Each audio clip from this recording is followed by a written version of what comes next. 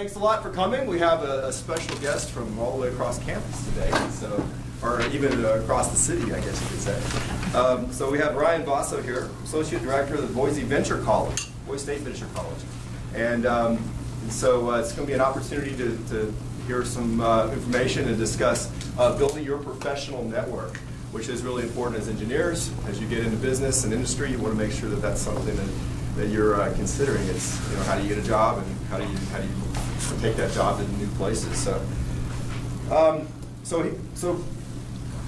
Ryan is also a graduate of Boise State. So in 2013, he had an English literature degree here, and then he was invited shortly thereafter to join the Venture College with their second cohort back a few years back to develop and launch his business concept. And then within a year of attending the Venture College, he went on to raise about $500,000 from investors. So that's going from 0 to 60 pretty fast. He basically with that became he was able to hire some employees and start his own business, and now he's the founder and CEO of Reply Pro, which is a review management platform. And he is also continues to work with the Venture College. He's managing a lot of the programs and operations for the Venture College. So, got a lot of experience, a lot of information to share. So let's give him a big welcome.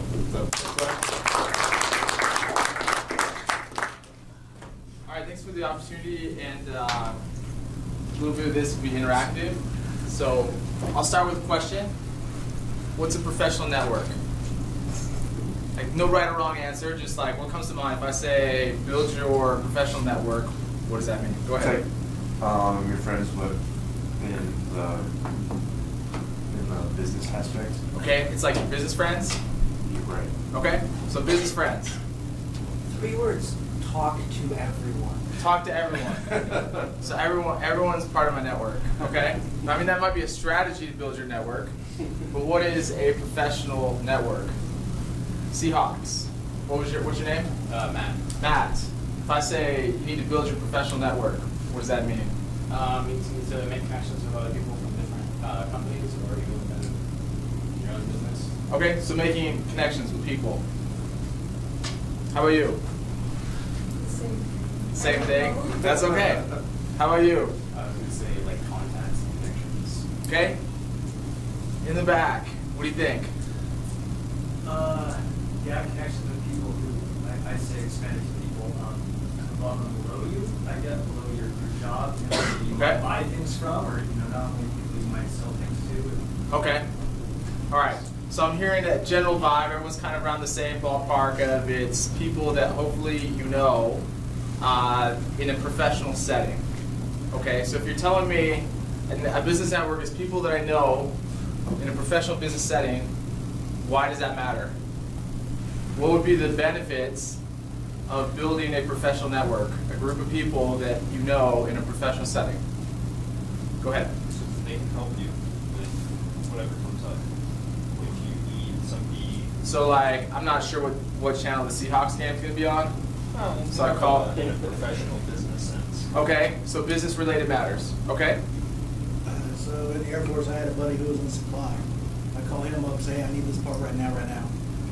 Can you please hurry up and get this done? Okay, so sometimes you get favors with your professional network. Absolutely. Absolutely. What else? What are some other benefits of having a professional network? Go ahead. Well, if you're a college student who's been mostly focusing on classes, so hasn't gotten a job in their profession yet, if you already know people in there, they could help you get one. Okay, so professional network could help you get a job. Your first job or maybe another job. That's great. Any other ones? Go ahead. Yeah, you're the only one over there. I mean, like he said, expanding business possibilities and favors, and also expanding your business internally. You might move into another field or sector that your business hasn't previously done. Okay, perfect. Go ahead. Taking advantage of their connections. All right, so connections of connections. Just by raising hands, who has a LinkedIn profile? Okay, so we've all seen like the first, I forget what they call it, like the first layer of connections, and then the second, and then the third. Anyone want to take a stab? What are they talking about? What's the first, second, and third layers? who I know is first. Okay, who you know is first. So it's who you connect. There you go. Who you're connected with. You've like digitally shaken hands and agreed that we are followers of each other. Okay. How about the second layer? People that they know. It's people that they know. And then the third, you're not connected at all. So if you see people on LinkedIn that have, they have like a 3 next to them, that means you currently, at least on LinkedIn, have 0 connection to those people. In my history, it's really hard to get the attention of people that you don't know. You have to stand out, offer them something extremely unique, especially the higher up they go in a company, or if it's a job opportunity. Trust me, there's like hundreds of job applications coming in. It's hard to stand out. Okay, so yeah, that was a great one. People you know. Anybody else? Benefits of a network. Go ahead. Sometimes you will know the culture of the company, or that's something you may not really know. Don't have that network. Absolutely, you get inside information. Absolutely, you understand the culture better. You understand perspectives better. You understand different markets better. Professional network offers all those benefits.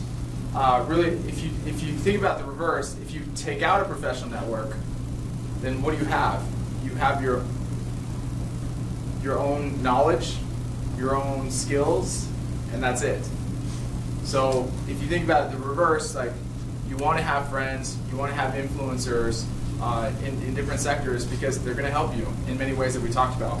So today I want to talk about 2 ways to build your professional network, and a lot of things we see that people mess up on. First of all, we're going to talk about a digital network. I think there definitely is a huge difference between a digital network and then meeting someone in person. Digital network to me, currently, I think the easy, low-hanging fruit is LinkedIn. So we all said most of us have a LinkedIn profile. Okay, so tell me, did you raise your hand with the LinkedIn profile? Yeah. Why do you have a LinkedIn profile? It's a lot more professional. I mean, I had friends who worked for different companies when I was trying to get out, when I was getting out of the Air Force and I was trying to get into. So having those connections kind of helped me get a foot into some of the other businesses. Okay, so having a connection got you into places, and it's kind of like so what is that? So tie that back to LinkedIn. How did LinkedIn help with that? Well, as far as LinkedIn goes, the person that I have a connection through, they can actually vouch for my experience. Yeah. Okay, absolutely. Okay. What up? Do you have a LinkedIn? Why do you have a LinkedIn account? I actually made it for Dr. Paul's class. So okay, so you're forced to do it. All right, awesome, great. Have you looked at it since the class? Maybe once. Maybe once or twice. It's okay. All right. How about you? I haven't connected with my department and people in our research. Okay, so to connect with people within your industry, awesome. In orange, do you have a LinkedIn account? Okay, hopefully after today, maybe. All right, so actually I want to navigate real quick. This is good to browse on, I'm assuming? Yes, while we're trying to do that, one thing I found useful with LinkedIn is, as a student, you can create a certain type of network, and that network keeps changing as you evolve in your professional career. Right now, in the past when I was a student, if I sent a request to a dean, they probably would be like, oh no, right? But now if I send it to, as a faculty member, send a request to a dean at some other university, they'll be, okay, we know this person or something. So slowly, in the industry, that's how you will kind of build that network. Absolutely, absolutely. I can tell you from just to give you perspective. So we don't hire a lot at Venture College. We had like a kind of an entry level position that like we didn't pay a truckload for. So we were here, we thought we'd get like 20-ish resumes. We ended up getting like well over 100.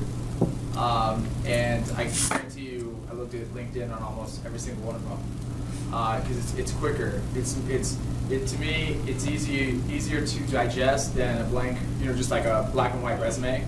I can see what they like, who they're connected with. So here's my page. It's not perfect.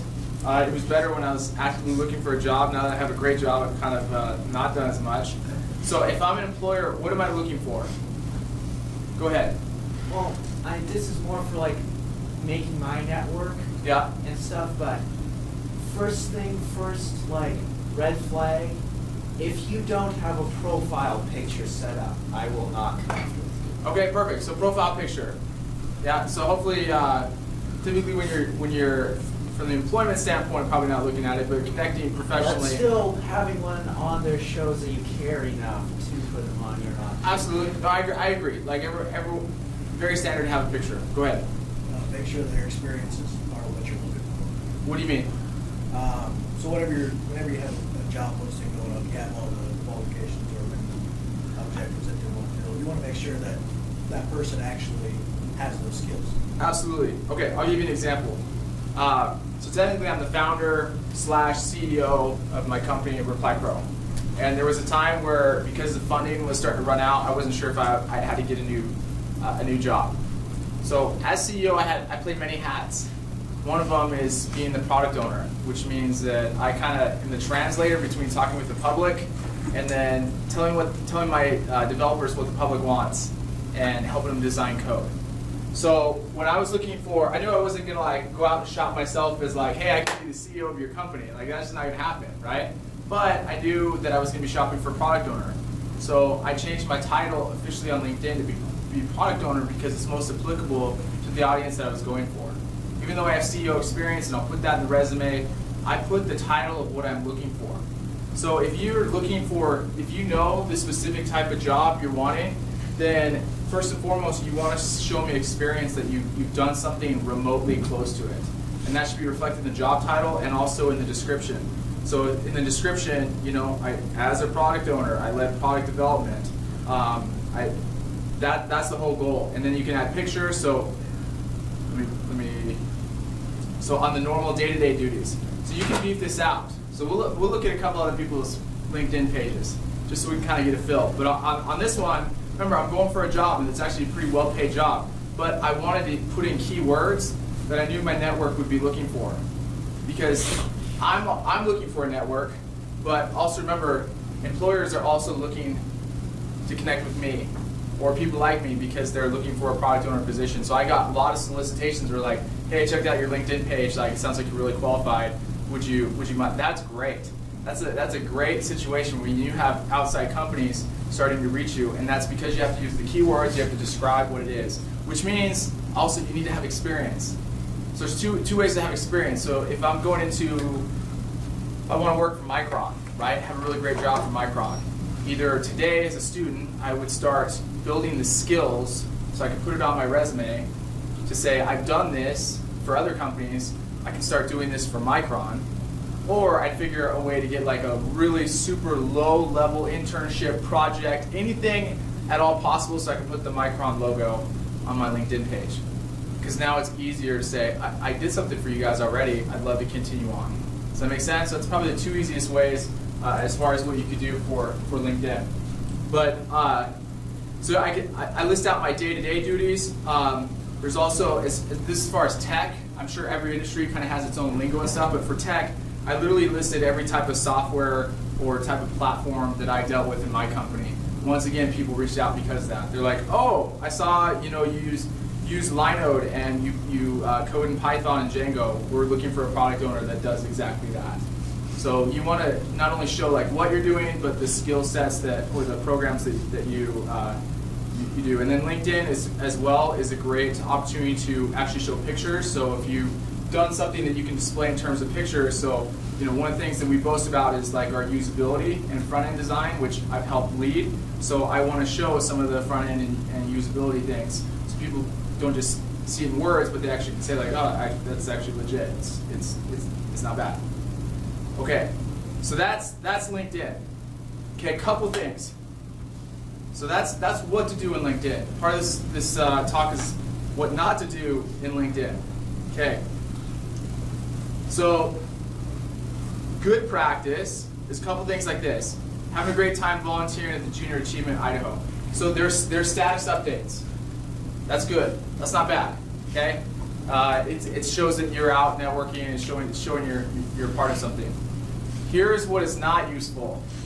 When it's like advertisement or a self-post, or it's just like, look at me, look at me, look at me. At least this one's kind of like a look at me, but I'm at an event, so that's cool. They're giving credit to the event. But if you just like finished a great project, LinkedIn probably is not the best one to be like, hey, look at this awesome project that I just did. Mainly because most people don't care. Like in all reality, like I actually stopped using LinkedIn for a long time because just my feed was full of trash. Because there's just people like posting about themselves and real estate agents listing houses and just all this junk that's like, yeah, this is not professionally edifying. What you do want to do is share, so I'll go back to mine, sharing articles. So on Facebook, like we're good. If you use Facebook, a lot of times you like forward on like a funny video, like it's good entertainment. Think of LinkedIn the same strategy, but you're forwarding on and commenting about like really good professionally edifying stuff. So you can see this under the articles. So here's articles that I've posted. That's another thing you can do. I've had employers contact me saying, I read some of your LinkedIn articles or your Quora posts, which we'll get to in a minute.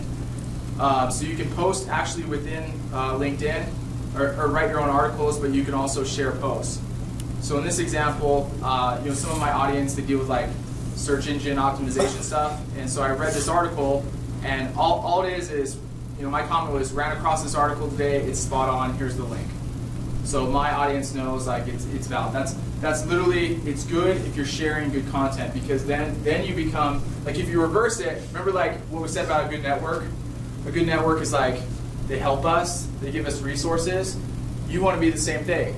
So like think of yourself as a network, like what are you doing for other people? And so socially, the easiest thing to do is share really good articles about the space that your network is interested in. Does that make sense? So you don't want to be obnoxious. Typically, I would do anywhere from like, 1 to 2, maybe 3 at the most per week, but enough just to kind of ping. And you can see if people start to read it or share it, you can get statistics.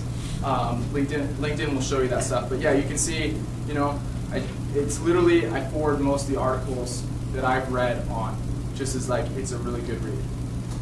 Okay, go ahead. So you're saying to post often because employers can potentially look at your feed and see what interest you have? Is that what you're going for by posting? So two things. You can write articles. That's what employers are usually interested in. Like sharing's cool, but I view that as more as like you're edifying your network, like your existing connections. But from an employer basis, so let's just look. So I'm an employer, I come in, I wrote this, 5 reasons why company visionaries can be impossible to work with. This is my article. That's a lot more valuable from an employer standpoint, because now I'm reading from you, like, what do you got to say?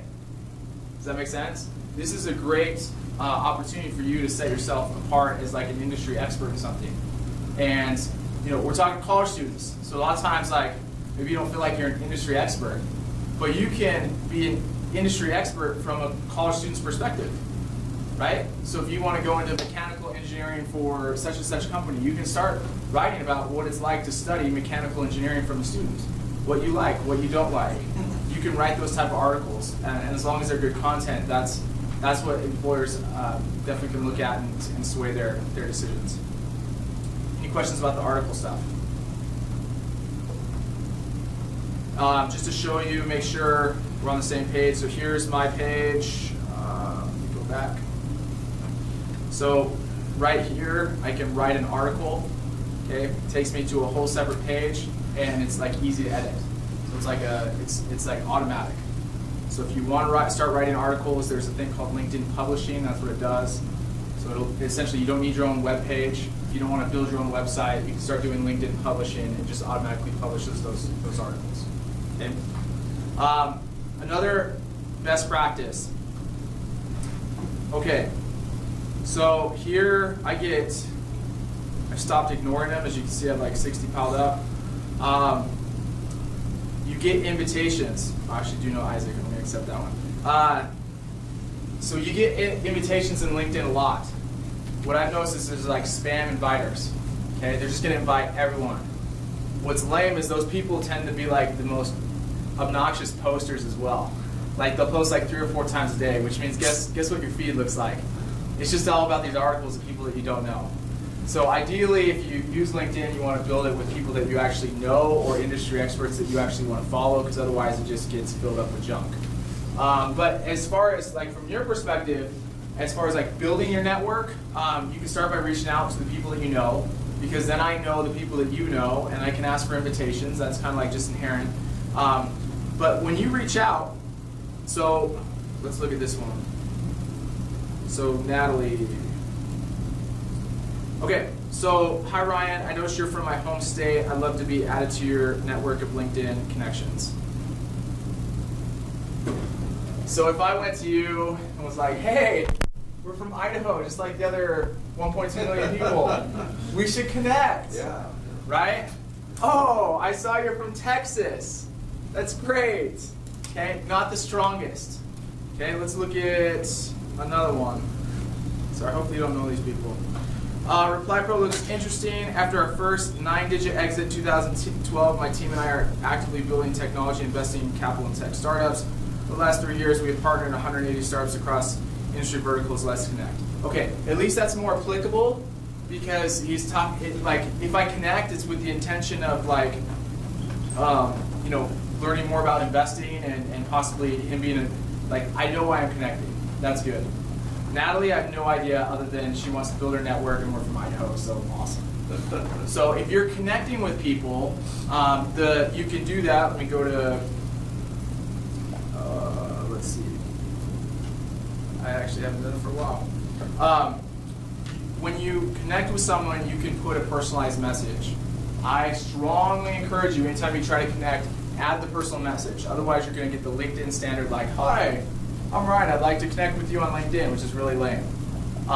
It's okay for someone like Rakesh, who's kind of, I think he's more blasting a bunch of networks. I don't think he knows anything about Reply Pro, but at least he's telling me why he's trying to connect, which is investing, and that's appropriate. And I've done that before with my company. Like, I wanted to expand my network of knowing restaurant owners and managers, and so I would connect saying like, hey, we publish articles and best practices on how to handle your online reviews for restaurants. Love to connect. And so they connected knowing that I was going to give them good content, which is why I continue to like post articles and forward them, because that's the promise that I told my network that I would do. Make sense? Any questions before move on from LinkedIn? Any questions? I'm on the bubble with LinkedIn. I think it's necessary. I wouldn't spend a lot of time on it. The things that I'm talking about now, it's an initial, create an initial page. Make sure you have up-to-date content, which could take you a day at most, and then drop in every 15 minutes to share a couple articles during the week. It'll do its job. Like that's literally, I think, the most you need to do with LinkedIn at the moment. All right, Quora. Who's heard of Quora? 2 people. Really? 2 people? Okay, Quora. Enlighten us. What's Quora? It's a search engine. Okay. What it comes down to, but that's a community where people actually answer the questions that you may have. Yeah, it's like a community question answer page. Hugely valuable. It's another way for you to write content. Since most are familiar, let's just go to it. I'll just explain it because I haven't been yet. Okay, so Quora. It's another place where, when I was looking for a job, it helped me immensely because people, so Quora, it's literally just like whereas like Google, you just type a word, like a keyword, and it gives you all this content. Quora's like question-based. So it's like, how do I get my first engineering job? There's probably like 100 answers for that, okay? Or it could be something technical. So in my realm, we deal with like online reviews a lot with my business. So I will go look for questions regarding online reviews, and I answer those. And it starts building me up as an industry expert because now, every time there's a review question, guess who's associated with it? It's Ryan Vasso, and I can have my job title and my company. So you can start doing that within the industries that you're interested in. I started writing a bunch of stuff about reviews, and then when I was curious about I might need to get a new job pretty soon, guess what I started writing about? Product owner stuff, because I'd done it. And I'd never written about it because I didn't care because I thought I had a secure job. But the moment I knew I might be getting a job, all of a sudden I was like, well, I got to become a product owner specialist.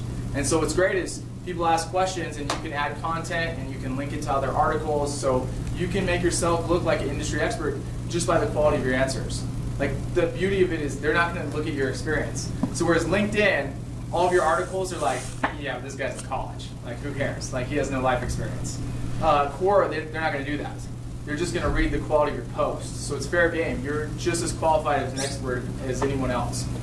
So you can piggyback. So a good strategy is if you write a really good response on Core and give it some time and link some articles and have some evidence, then you can actually share that question back on LinkedIn. So as a sharing post, you say, hey, I contributed to this great question. Why does such and such, why is Netflix such a great company to work for? I contributed to this. And then they'll see it along as others. Great post. I don't think we're going to skip it. I don't know why I guess it's harder to log in now. But yeah, I highly advise Quora.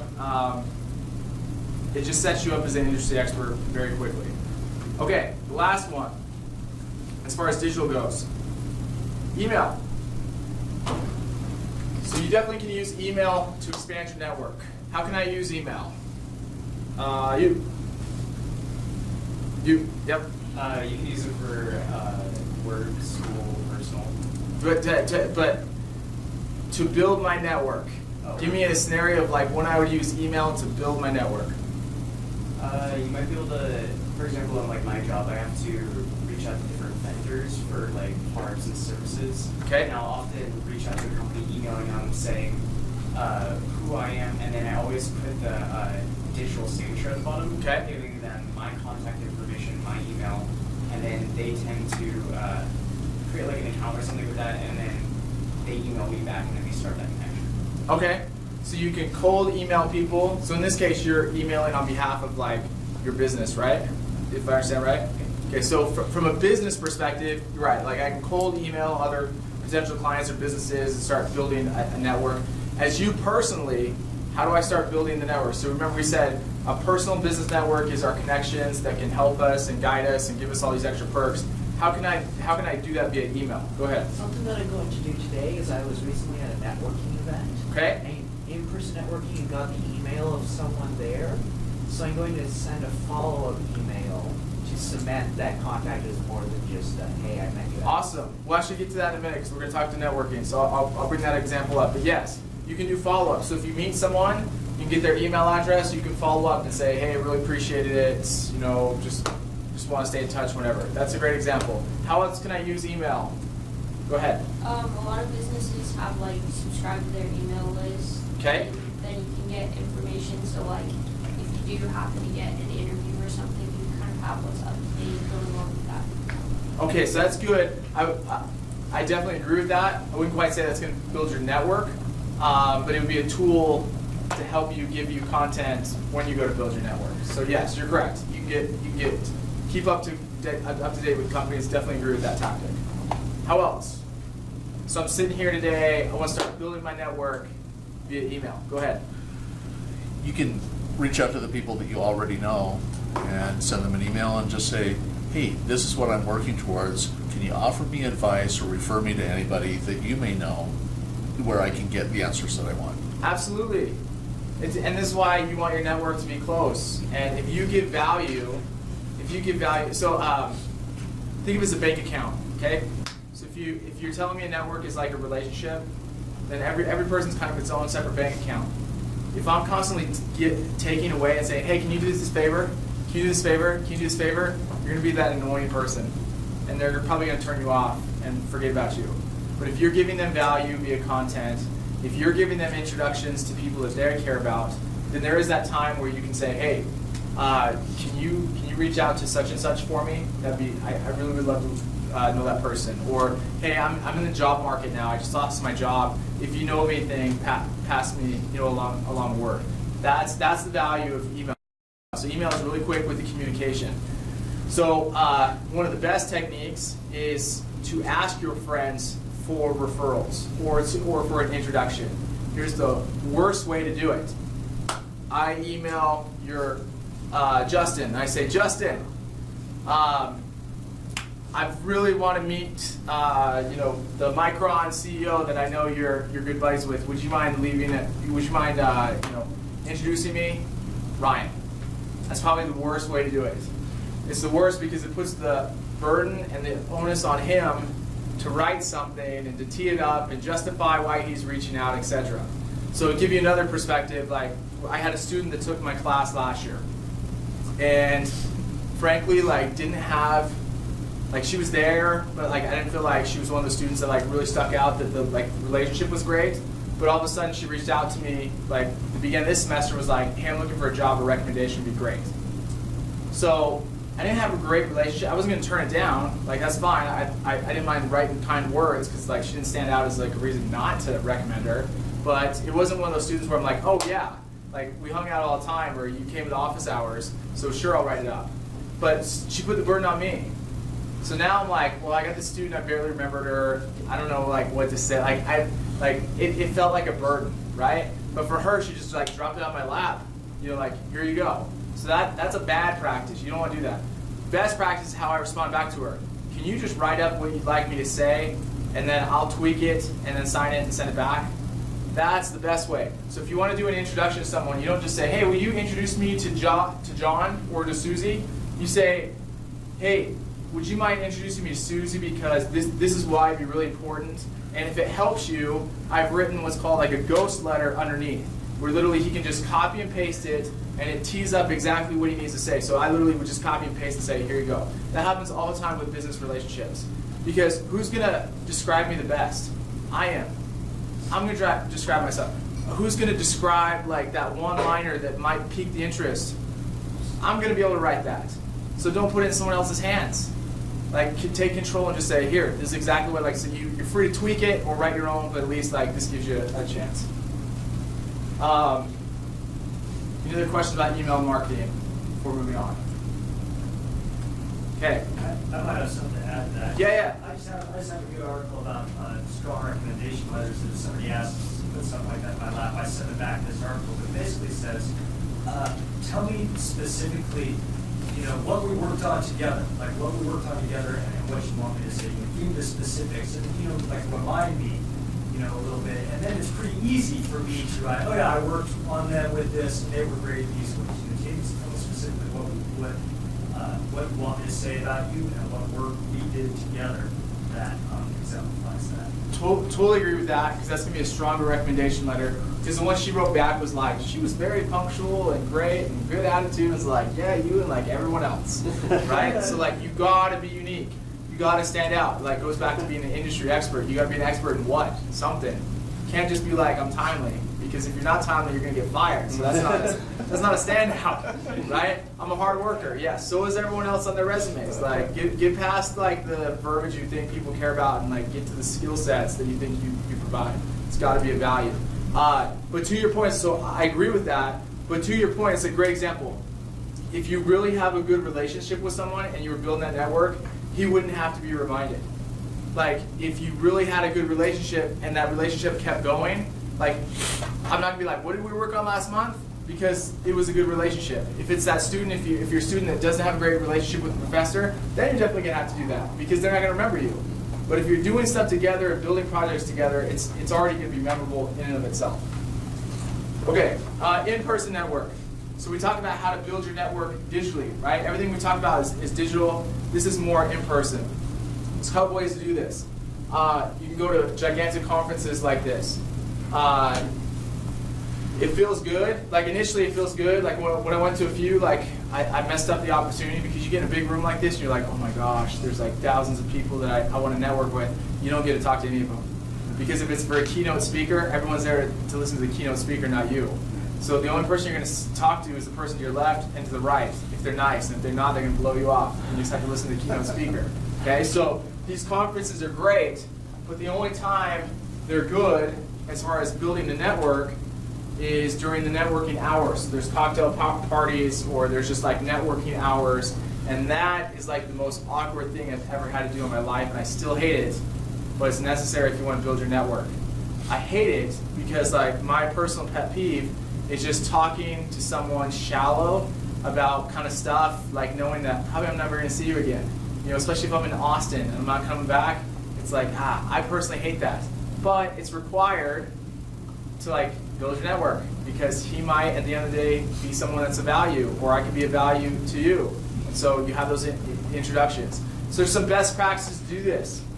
The first one, if you go to a conference, could be large, could be small. You want to try to research, see who's there, what companies are there. So let me give you an example of how to do that. So I'm going to a conference in Dubai in a little bit. Okay, so almost every conference is going to have some type of web page like this, right? Here's where the conference is going to be, blah, blah, blah. It was here. Ha! If you dig around enough, almost all conferences have like a list of attendees of who's going to go, or at least a list of vendors that are going to go. So you can do research on that. All you got to do is have a nugget of information to start a conversation. So the game to play at these networking things and to make the other person feel good and not as awkward is to go up to someone and ask them a question about themselves. Okay, so if you know them, great, but most of the time you don't know them. So it'd be like, if you know Justin's going to be there, then I might arm myself with information of Justin. If I don't know you, then we got to start the conversation from scratch. So Justin, have we talked before this class? By email. By email, but like we never talked, right? Like you don't know me from Adam, okay? So I read that you taught English somewhere at Boise State. No? On LinkedIn? I must have got the wrong LinkedIn. Okay, so you're with mechanical engineering. See, this is what happens. Okay, like this is literally what happens. Because you might think like this is the Justin Larson I checked out on LinkedIn. It's like not the Justin Larson. Okay, but you got to work on the fly. Okay, you're with Boise State though, right? How long have you been with Boise State? 17 years. 17 years. How'd you get into it? Needed a job. You needed a job? Did you go straight out of college or did you go from somewhere else? I came from the State Department of Education. Okay, stop. See, he doesn't mind talking about himself. It's a little easier, right? What are you studying? Mechanical engineering. Why'd you pick mechanical engineering and so many other majors? I like math and science. You like what? Math and problem solving. Okay, cool. So why not do a math degree? What's the difference? I like building things more than I like math. Cool. That's cool. Okay, that gives me like you just want those like tad bit of information, and then you can keep asking questions. Like not like interrogation mode. It's not like we're like have the light over it and I'm like grilling you at a cop station. Okay, but like enough to do a conversation. It's not about you. A lot of times people like are anxious, like, oh, I'm here to try to network with people so I can get an internship job. Do you guys have internships? Tell me about internships. Like, don't kill it. You don't have to go straight to the punch. Like, just understand where people are from and what they're doing. All right, so here's the awkward part. I told you it was gonna be awkward. So, can I have you come up? Yeah. Up there? Yeah. And you're close. You want to come up? Yeah, go ahead. Yes, I know you're talking about like talking to the other person. What do you do if you genuinely want to network, but you're finding yourself stuck on the receiving end of that, where they're just like continually asking you those like questions, learn about yourself, but you want to. Oh, how to kill the conversation. Not kill the conversation, like. I mean, you got to kill it though. It's okay. You got to learn how to walk away. We'll get that. We'll do that in just a second. Not kill it, but point it in a different direction. That's more. Yeah, you got to remove yourself from that. We'll get that in just a second. Okay. How well do you guys know each other? We went to high school together. Oh, that's great. All right. Do you know these guys very well? All right, perfect. Come on up.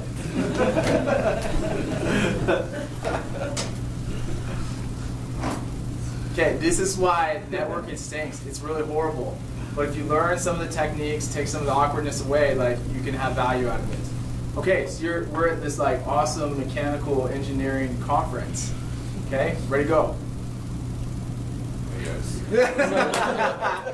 No, seriously. So I'm making this as awkward as possible because it is awkward as possible.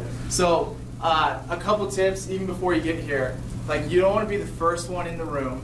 So if you know the cocktail hour's there, you can't be super early because then you're the guy or the lady with the drink, like just waiting, like, hey, right? So you can't do that, and then you can't be the last one because this okay, so you huddle up, you three, act like you're talking. Okay, this is the worst. This is what I get into because I hate networking. So I'm usually last and delay it, and then like no, you're looking at me. You gotta look at each other. So like this, it's like the awkward like. hey guys, like it's so awkward. Okay, so you gotta time it. Okay, ideally you don't want to walk up to a group unless you're invited to because then that's like super awkward. So you're looking if it's your first time networking, you're looking for the person that feels just as awkward as you do, okay? That's what you're doing. You're looking for that first awkward person.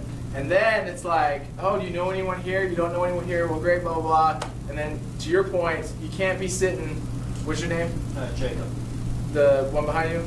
Fred. Fred. To Fred's point, like you can't be, that's the other common mistake. Okay, so I'm nervous and he's nervous. So we just stay together the whole time. We're talking about superficial things. We're talking about baseball and seed protectant, because I love talking about seed protectant. And that's all we do during the whole conference. So I feel good because I made a buddy, but I missed out on like all these opportunities. Okay, does that make sense? So a couple techniques is ask them like, hey, what are you here for? What do you do? And then have like a quick one-liner of what you do. Can't stumble through it, just like, I'm Ryan, we help businesses with online reviews. Have you been to other conferences? Like have a couple questions in your mind that you're like, if you start panicking, you can go straight to it. And if it's not feeling it, or if you're just like, whatever, you just move on. You try to keep hitting those singles. Ideally, what I've noticed, you guys are good. I left you off the hook. You're good. I just want to make you feel awkward, just so you can feel that awkwardness. Okay, ideally, what I found is there's like networking veterans that for some really odd reason love doing that, talking to other people, random strangers, and they'll help you. So if there's one tip, it's find your hero, find your champion that will like help introduce the group. So I did this. I went to a conference last summer, and it was for my company, and I was super nervous and I hated it. So I found like, I found my buddy that made me feel good but had no value whatsoever in my network. And then I branched out to one other person. That one other person made connections like to 10 other people. Like, oh, you do this? You should talk to John. Would you mind introducing me? If someone says you should talk to so-and-so, that's when you say, can you introduce me to so-and-so? That's so much easier than like, hey, John said I should talk to you. I mean, you can still do that, but it's so much easier for John to give you the introduction. I still to this day hate this part, but I will tell you, like, if you're trying to grow your network and get people to know you, like this is the best way. So prepare yourself. There are gigantic conferences, that you can go to. There's a lot of student discounts. So anytime you see a conference around, that you think is interesting, worth driving to, I'd look into student discounts. But probably the most applicable thing is there's local meetups. Has anyone attended a local meetup before? Okay, what meetup did you attend? Well, I don't know, maybe I've done lots of meetups, all kinds of stuff. Okay, yeah. So there's like, you can look at it, so like I come from like the software land, right? So there's like Python language meetups, there's HTML meetups, there's this meetup, there's that meetup. This one's like a WordPress meetup, okay? They're a little awkward, but it's actually smaller, so it's easier to navigate, and you usually just kind of explain why you're there. You guys have an easy way, because you can always just say like, I'm just a student, I'm here to learn, right? So that's an easy way, but I would start with that. That's a great way to start your network, because these people know your industry and are passionate enough to like meet up in an awkward room and have coffee and cookies. Okay, so look up your local meetups, and then the last thing that I want to talk about is Venture College. So Venture College is a resource for the entire university. We're located downtown, right across from Trader Joe's on Capitol and Front, and we are a resource to help students launch their own business or help students support existing startups and businesses throughout Boise. We've developed a new internship program that's specifically kind of geared towards this. So what we find is a lot of college students don't have anything on the resume. And so traditional internships, you go to you go to the company for the whole semester, a couple semesters, and you're the intern for that company. So we saw from a student's perspective, we want to build your resume a lot quicker. And so we have an internship program downtown at our campus where you come to our place. We have cool music, we've got free food, we've got free drinks, and you work on an internship project with a bunch of other students, from mechanical engineering to other engineering schools to liberal arts to poli-science. Like, we have a bunch of different students there working on projects. What it does is it builds your resume so you can put 3 logos of 3 different companies you worked for in one semester. That's the goal. That gives you talking points. Remember, when you go to talk to someone, you got to show how you have value, how you're going to help them survive and thrive. So by having experience saying, oh yeah, I did this project for such and such company, or yeah, I worked for this company, it was great, I did a project for them. The more you can say that, the more value you have and the more talking points you have with your future professional network. So that's the first thing we offer. If you have interest, I have business cards, you're free to welcome, do an email follow-up. But yeah, we have projects, everything from marketing to web to legal stuff to contract work. Like it's all across the board. So if you have interest, let me know. The other thing we have at Venture College, we do have a network of probably about 500 businesses and business owners and prominent business leaders. We've been doing it for about 5 years. So if you are trying to get connected with the community, we are a great resource. We kind of figure out what you're wanting and who you want to meet and why you want to meet them, and then we do that introduction for you. We kind of take the awkwardness out because we say, hey, here's the students, and our network is wanting to meet with students to kind of mentor and help. So if you're trying to get special connections or get in with specific companies, just know we're a resource for you as well. So I'll stop that. Just want to save the last few minutes. Any questions as far as Venture College or any of the content that I shared today? Go ahead. Is that drop that come do internships for students also available during the summer in case you just got a busy semester but you still want that experience? Correct. Yeah, we're going to be all around the year doing that. And then just to clarify as well, for the internships you can take it for credit or not for credit. So if you're literally just wanting for resume experience, which about half of our interns do, the minimum we ask is just 20 hours. So you can do a 20-hour internship. A lot of them are paid, not paid a lot. A lot are paid enough to compensate you. But then more importantly, you can start stacking up your resume and LinkedIn pages with experience. Other questions that I can answer or help clarify? Yeah, go ahead. Hey, Ryan, I just wanted to maybe mention that we also I know you also offer some courses through Venture College, maybe a little tangential, but we are offering to take those as technical electives, and I know there's also the talk of an emphasis area in startup. Correct, yep, so, yeah. Okay, so remember our mission is to help launch and support startups here in Boise. So part of that is helping students launch their own business or one day help launch their own business. So we have courses from 1 credit all the way to 3 credits that help students learn the basics of starting a business, from idea to actual implementation to hiring employees. So that'll be next year. A lot of those will be hybrid and online classes, and they're fun. Like 1 credit class, we watch Shark Tank 2/3 of the class, seriously, because it's good. Because we use the Shark Tank examples to learn good business principles. So we try to make it as fun as possible. But yeah, to your point, we're working with mechanical engineering to offer an entrepreneur emphasis. Oh, I said a good word. So we're actually going to do this with computer science. I think unofficially we're starting next spring with computer science. We're on our way to do that for mechanical engineering as well. So, and they've been gracious enough that if you take our courses, it counts towards your required electives. So if you have questions about that as well, always feel free to stop by. But it's called the Intro to the Garage and the Garage. And then we'll be offering some other new courses as well. Any other? Yes, go ahead. You mentioned that mechanical engineering would work on projects at Venture College. Can you give us an example of some of the type of projects that you work on?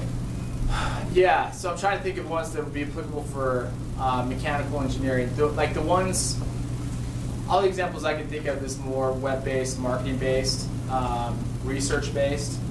For mechanical engineering, we'd like to know kind of the skill sets and what you want to work on. Most likely, you won't be able to do hands-on big projects because we're just not built for that. But what we could do, remember I said there's 2 ways to get in with the company. One is to have experience doing projects that they're eventually going to hire for. Another is just to get that company's logo on your resume. So if there's companies that you think are applicable, you can come to us and say, I really want to do some type of project for this company. I don't care what it is, but I want their logo on my LinkedIn. We can help you with that. We did that the other day with a business student. He wanted some type of like niche real estate, and we didn't have that in our network, but it took us like a week, and like businesses want what we're offering, because we go to them and say like, hey, you don't want to manage an intern, trust me. Like, but that's our job. We'll do it, and we'll give you really good quality work out of it. So can you just send us a project? So if you have interest or have specific businesses, you just got to ping us, and we'll, you know, a week or two, and we'll get you something. Other questions? Anything else I can help clarify? All right. Thank you so much. I appreciate the time. Thanks very much.